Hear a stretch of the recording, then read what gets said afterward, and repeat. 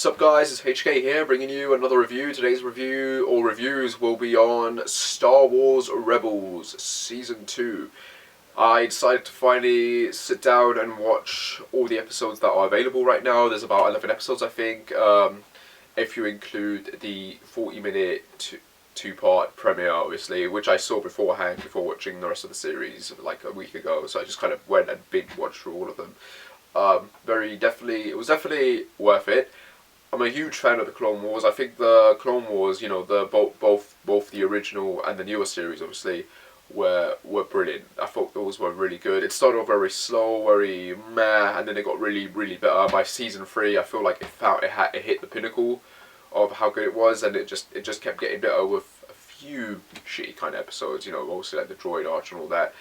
And then it got cancelled, yeah, so yeah, I think that pissed everyone off, and then we ended up getting Season 1 of Rebels, and to be fair, Rebels Season 1 started off a bit murky, and then it got better gradually towards the end. Not great, but decent enough. Kind of like, again, with the Clone Wars, it gradually got better as it went. But with Season 2, I feel like it's a bit of a mixed thing. It's definitely better than Season 1 in my opinion. Just the addition of having characters from the Clone Wars appearing in it, I think is a great strength. It really makes the show feel connected to that kind of universe. Like they didn't just ignore it, so I really liked what they've done with that. Let's talk about the premiere quickly. The premiere was definitely worth it. Like, it was very, very good. If Rebels Season 1 was meant to be sort of like A New Hope, then Season 2 is definitely The Empire Strikes Back. Having Vader just, come in that premiere and like owning everyone, that was a great moment. That moment with Ahsoka and Vader when they're doing that little force sneaking thing, that was a great, terrifying moment. Just everything about the episode was just badass. Like, if you wanted to see like a Star Wars story where Vader is just being a badass and not a whiny bitch, pardon my French, then yeah, the premiere sold me on it. Like, it sold me on his character. He's definitely ruthless. Like, it was definitely worth it. Just hearing James Earl Jones doing that voice again, that was brilliant. The lightsaber fight, I like the lightsaber fight mostly because like there's a bit more hand-to-hand kind of style used to it. It's just like someone swinging a lightsaber. Vader's using everything he's got at his disposal, and I like that. I like where it went. And then we obviously went now onto the actual season itself. So how did that go? The first 2 episodes of the season, or technically episode 3 and 4 with the clones, I really like that. I remember when Ahsoka appeared at the end of Season 1, I kept thinking, well, how awesome would it be if they brought Rex back? Because I really like his character, just because their connection with Anakin was so important, I thought, and that Comic-Con trailer came out, and Rex was in it, I was like, oh my god, they actually went and did it. Brilliant. Wicked. Yes. The first one gave me both a Tremors and Jaws sort of vibe when they were going after that giant worm. Like, someone obviously watched Tremors and Jaws and thought, oh, let's combine those two and make this episode. And I thought that was really clever with, the electric whip and how they used Zeb as a bait. And, you've got, Sabine and Ezra and just, Hayden, all of them working together trying to capture this big, giant thing. And, me, I'm a huge Tremors and Jaws fan. So, that kind of episode was obviously sort of like a nostalgic love letter for those films. At least that's what I thought it was. And so those episodes really worked well for me. The next episode after that, with again, invoking elements from Empire Strikes Back, with the walkers coming in, that was pretty cool. The whole sandstorm idea was just brilliantly done, I thought. Them hiding in there and then using the force to find their way around and shooting the weak points. I thought that was really clever how they did that. The characters they brought back, obviously Rex, Gregor, from that one crappy droid arch where he was the only decent thing about it.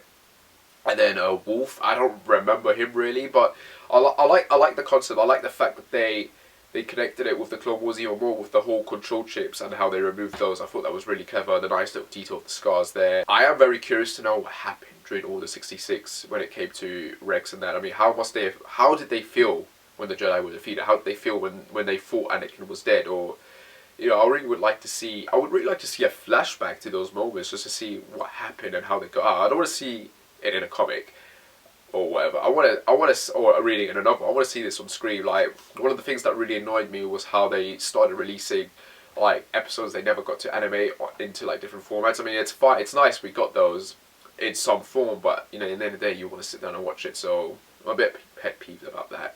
But yeah, I hope if they ever do give us a flashback, it'll be a proper flashback. So he's hoping. The next episode after that was with the introduction of the 2 Inquisitors. Seriously, that was a bit. How can I say? That was a bit spooky actually. When they first arrived on the ship and everything was just like the space station. Everything was just dark. There was a nice horror atmosphere to it. The Inquisitors, they look kind of cool. You know, what is it? The fifth brother, the fourth brother. I forgot what their names are. The seventh sister, I think, and then the fifth brother or something. Yeah, he's got like a bit of a shock kind of attitude going on there. Yeah, he doesn't look too bad. I like the revelation that the Inquisitor from the first season was the Grand Inquisitor. So like he was like their leader basically. It's kind of like what we have now with the Knights of Ren in episode 7, isn't it? Like a small group of dark side users. So I'm wondering if that's kind of the same case here. And then you've got the whole seventh and brother, and you know, I wonder how that all works. Maybe there's more of them. That'll be interesting to see if the more of these characters pop up throughout the next, throughout the season, or maybe next season because there is a season 3. But yeah, decent villains for the season so far. I'm curious where it goes. Very interested in the seventh sister just because she's voiced by Buffy the Vampire Slayer, so that's awesome. And she's got a nice little sexy cat-like pose the way she moves in that, so that was really good. Yeah, not bad at all. The first 3 episodes at least sort of fit in with where the main storyline is going, and then the rest of the episodes after that, like the next 4, were sort of your average fill episodes, but I'll get into those I think in another video. Just the premiere and these first 3 episodes that we got, brilliant way to start off season 2. Very curious to see where it goes. Nice introduction to all the supporting characters that are going to be in it and what the main threat is, so that's all cool. I really like that.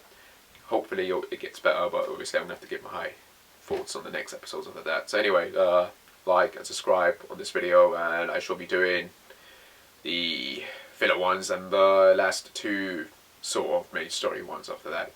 Anyway, may the force be with you. As usual, like, subscribe, wherever I shall see you when I shall see you. Take care and bye.